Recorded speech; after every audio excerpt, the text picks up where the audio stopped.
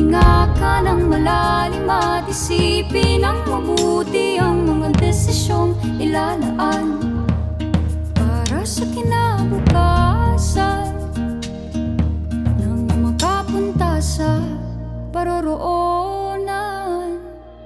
Kung dahan